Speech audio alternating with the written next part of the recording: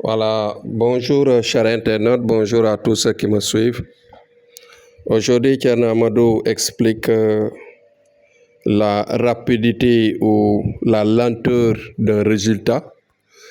Vous savez que le travail mystique que nous menons est un travail qui est très compliqué, très douloureux dans sa phase d'exécution. La phase d'exécution mystique est extrêmement douloureuse et difficile à examiner parce que tout simplement cela n'appartient pas à la volonté de soi-même. Vous voyez que quand on travaille, non seulement je ne parle pas des risques qu'il y a mystiquement dans l'œuvre, mais aussi nous devons savoir que nous avons affaire avec des êtres que nous ne voyons pas et aussi avec des réalités que nous ne maîtrisons pas parfois. Vous voyez que quand on travaille dans la lumière, cela appartient à Dieu, à Allah. Quand nous travaillons de l'autre côté, vous voyez que on cherche à satisfaire les êtres invisibles, à nous accompagner, à nous réaliser des actions très rapides. Dans la rapidité en général, on cherche de ce côté-là pour aller plus vite. Ouais. Donc cela ne veut pas dire que c'est une errance. Non, non, non. C'est quelque chose qui existe, une réalité qu'il faut comprendre, qu'il faut maîtriser, mais des réalités aussi qui dépendent de la volonté d'Allah d'un côté et de l'autre côté de la satisfaction de ces êtres qui sont comme nous, mais qu'il y a des différences, la différence dans la forme et la différence dans le fond. Vous voyez que aussi bien les djinns, aussi bien les rawhan qui nous suivent quand on travaille et qu'on est une personne de lumière, un homme de lumière, c'est-à-dire qui travaille dans la spiritualité, vous voyez, on peut trouver beaucoup de Rawhan. Et ces Rawhan-là, donc, ce sont les disciples, bien sûr, des anges. Et que ce sont des êtres qui se sont formés selon la pureté de ce que nous pratiquons. Ouais. Si, par exemple, nous travaillons au nom de Dieu, ou bien des noms de Dieu mélangés, etc. Donc, toutes ces lumières, eh bien, par exemple, parfois le Coran, les paroles de Dieu que l'on peut tisser et trouver, par exemple, des clés de voûte qui vont nous permettre d'avoir, bien sûr, une force, une lumière et des armes. Cela peut nous pousser à avoir, bien sûr, ces êtres créés-là par la force de prier, par la spiritualité que l'on est en train de se forger. Ouais, en un certain moment, il y a des êtres de lumière, des êtres de lumière qui nous suivent, qu'on appelle les Rohan. C'est différent, bien sûr, c'est différent des djinns. Donc, des djinns, ce sont des créatures d'Allah qui sont là, des créatures qui sont comme les humains sur terre, qui sont uniquement créés sur terre pour la prière, pour satisfaire Dieu.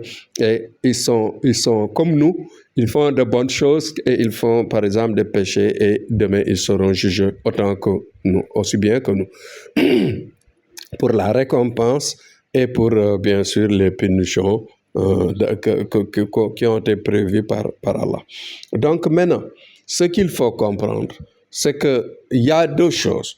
De notre côté, il nous faut une concentration et un sérieux qui nous permet d'avoir, bien sûr, la confiance de ces êtres.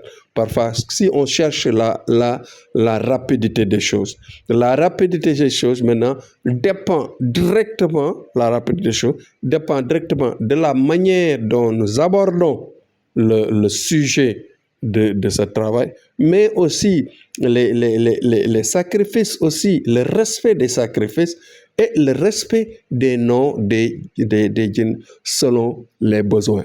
Parce que chaque besoin, il y a des djinns qui sont spirituellement ou bien mystiquement, par exemple, adapté à telle ou telle chose. Par exemple, tu peux appeler des djinns pour la rapidité d'un voyage. C'est différent parfois quand tu cherches des djinns qui peuvent, par exemple, t'aider dans la rapidité de trouver, par exemple, du travail quelque part.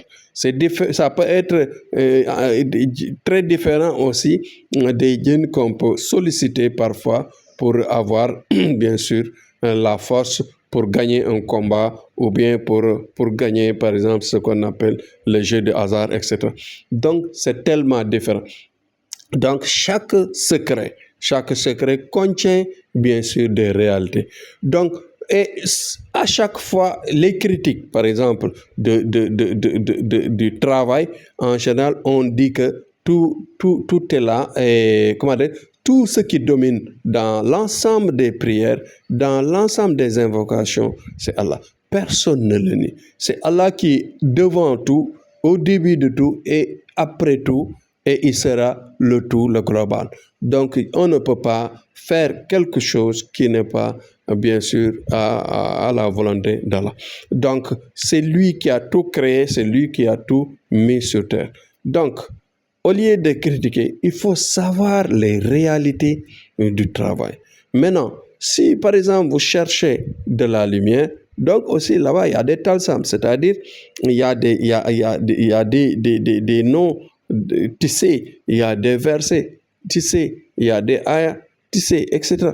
qui vont, par exemple, permettre, il y a même des salades qui sont bien fait, par exemple, qui prépare, par exemple, la naissance ou bien la création de certains rohans qui permettent, par exemple, d'avoir la force, bien sûr, de réaliser certains projets.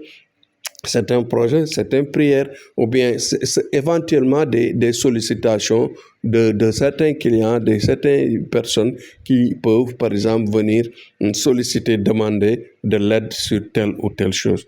Donc, toutes ces demandes-là sont déjà préparées quand on est vraiment un bon marabout qui est bien averti et qui est bien spirituel, qui est bien assis, qui a beaucoup de connaissances et d'expérience.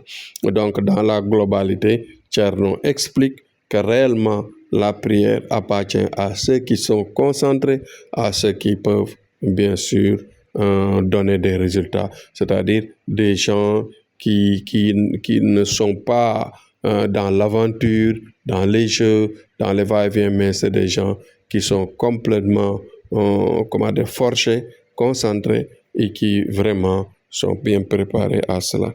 Donc la prière de la prière mystique n'appartient pas à tout le monde, mais ça appartient à ceux qui se forgent, à ceux qui sont concentrés et qui, par exemple, connaissent, maîtrisent les deux voies.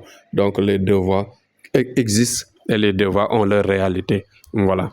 C'est toujours Dieu qui est au début et à la fin de tout. C'est-à-dire, il faut une croyance spirituelle et une volonté d'Allah, mais aussi une concentration et le respect des sacrifices. Les sacrifices, ce sont les clés des prières. Quand on les respecte, et bien sûr, éventuellement ou bien carrément les résultats suivent. Donc, je dis merci pour votre attention. Je prie pour la paix dans le monde. Je prie pour la paix au Sénégal et pour la paix dans les pays musulmans et partout dans le monde. Donc, c'était Tcherno Abodou qui était là pour toujours les orientations et les explications de son travail et le travail mystique qu'il a comme sacerdoce et vraiment une mission sur terre. Merci, à demain, Inch'Allah.